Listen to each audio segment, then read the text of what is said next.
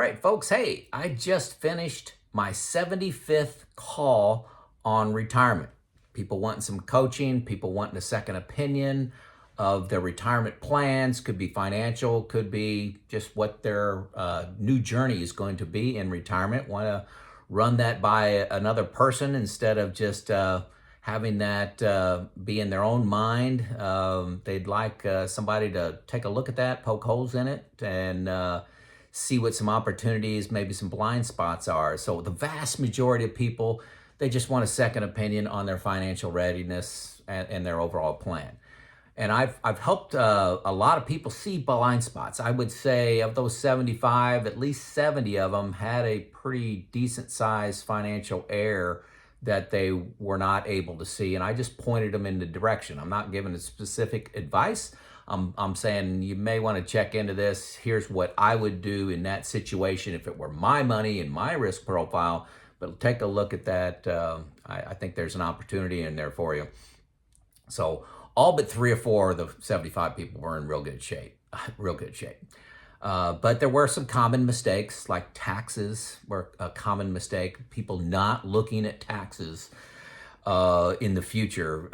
That's, I would say, 9 out of every 10. Almost everybody was missing taxes. I believe if you're to do it yourself, or you need to have a comprehensive software package like New Retirement, link below to do that. Sequence of return risks. Did not have a plan in case there was a bear market. Huge mistake. Non-diversified investments. You know, they had 3/4 of their investment in 1 or 2 things. Early death of a spouse, controlling expenses, healthcare to a lesser extent on healthcare. Most people get that figured out pretty quick.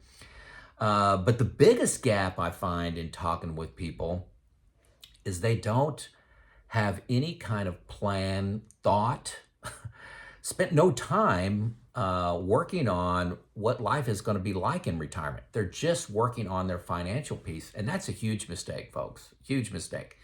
Clarity and enthusiasm regarding that new journey. It's a new journey. It's not a destination. Retirement is a new journey.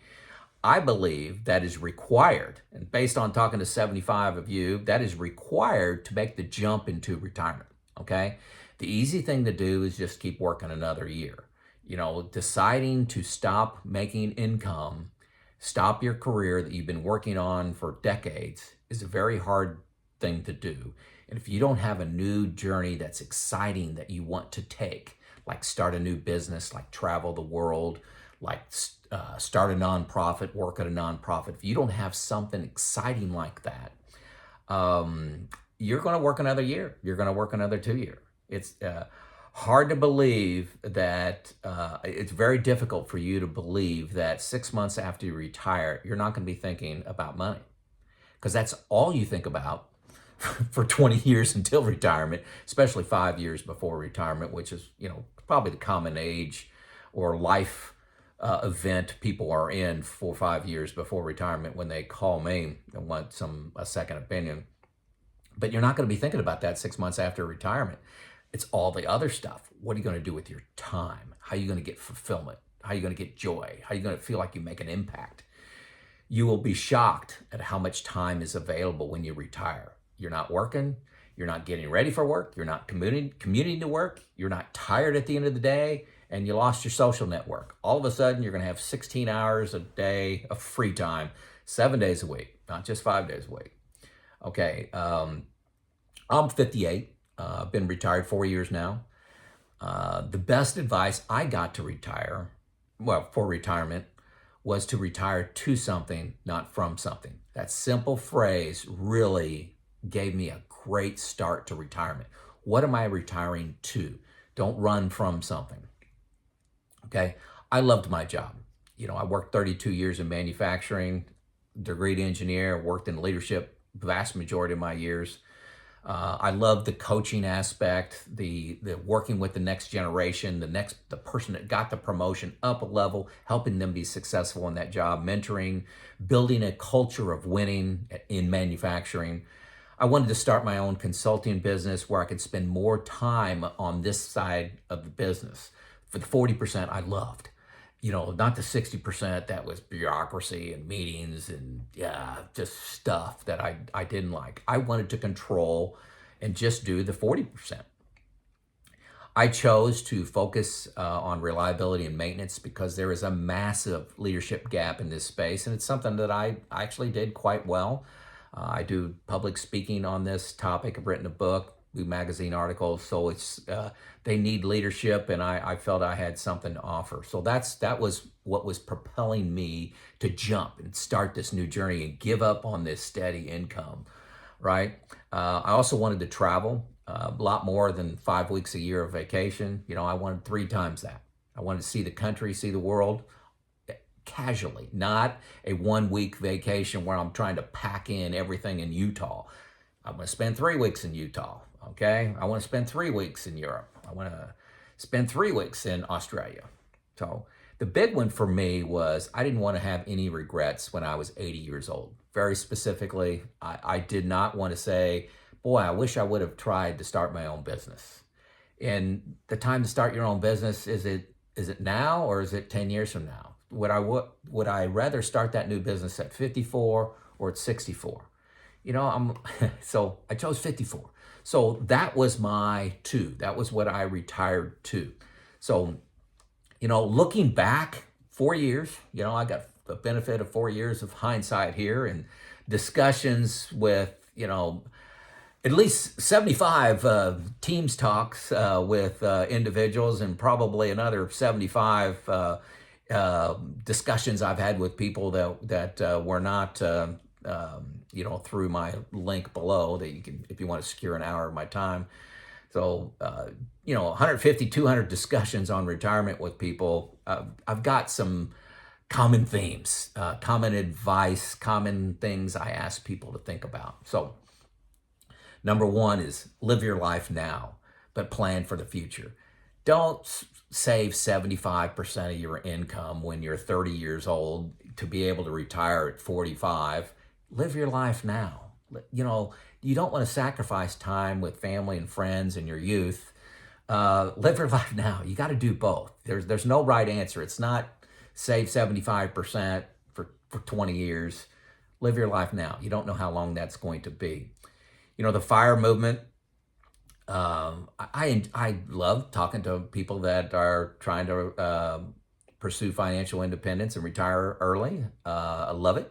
But your priorities change as you age. If you don't have kids yet, or you got a 2-year-old and a 3-year-old, your life is going to change quite a bit. And your priorities are going to change, and they're going to be centered on these kids and making them successful and them giving them advantages in life and developing them. So it's not all going to be about retirement. Number 3, I hear this a lot. I love my job, and it's rarely the case. This gets debunked really quickly when I have conversations with people, short discussion. They start off with, I love my job, and they quickly are off that. I think it's a cop-out. So you got to look in the mirror on that for yourself. Another thing I hear a lot is, boy, if in retirement, a lot of people volunteer. They work for the Red Cross, they work for the United Way. They may, I work for the parks raise money for our local parks. And they said, if I'm going to volunteer, I might as well work and get paid for it. Fulfillment and joy come from helping others. And there's nothing that I have felt better about than the 2 nonprofits that I participate in. Passion that's not driven by money. What's your gift to the world? What gift can I bring to the world here? Maybe it's my organizational skills, my logical mindset, my experience on reliability and maintenance, my experience on retiring early. What's that journey been like for me? That's a little bit of a gift I'm giving you through this video. What's nice about working as a volunteer, you can say no. You can say, I'm going out of town for 3 weeks. That's a big difference. You have significantly reduced stress when you work as a volunteer. It's a very difficult concept, this one of, hey, if I'm going to volunteer, I might as well work where I can get paid. It's a difficult concept. I think it's kind of an excuse to continue working continue in your lane, doing what you do, it's the do nothing option, which is easy.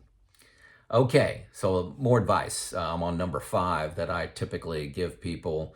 It's always 100% of the time going to make financial sense to work one more year. That's a common discussion I get into with people. It's like, hey, what about one more year? What about really? Is it going to make a difference? You get inside of a software package like New Retirement, and you'll see it doesn't make a whole lot of difference, and it's a whole year of your life.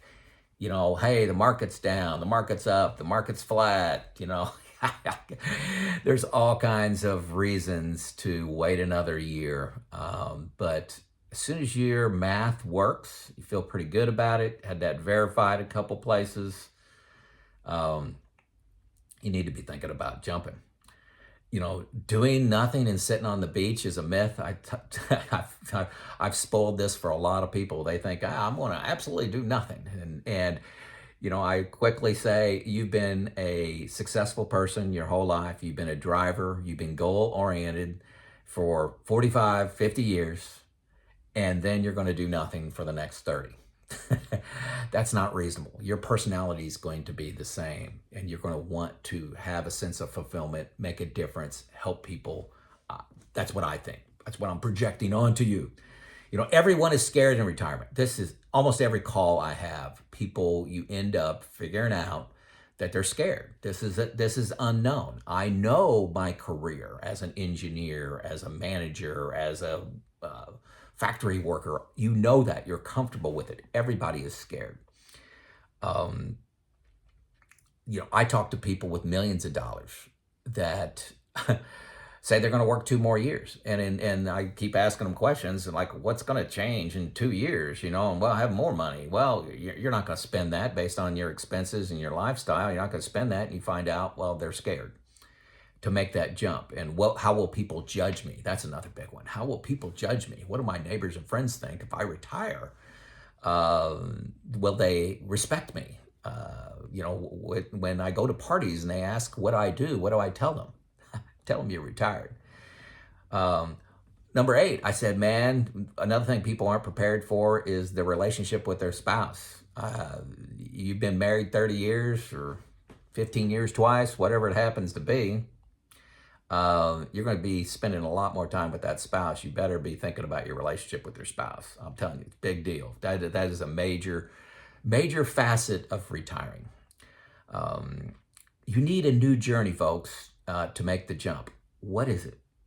Without having that new journey, you're going to work 1 more year. It was critical for me to know with some definition what my next journey was to get me excited about jumping into the land of financial independence and retiring at 54.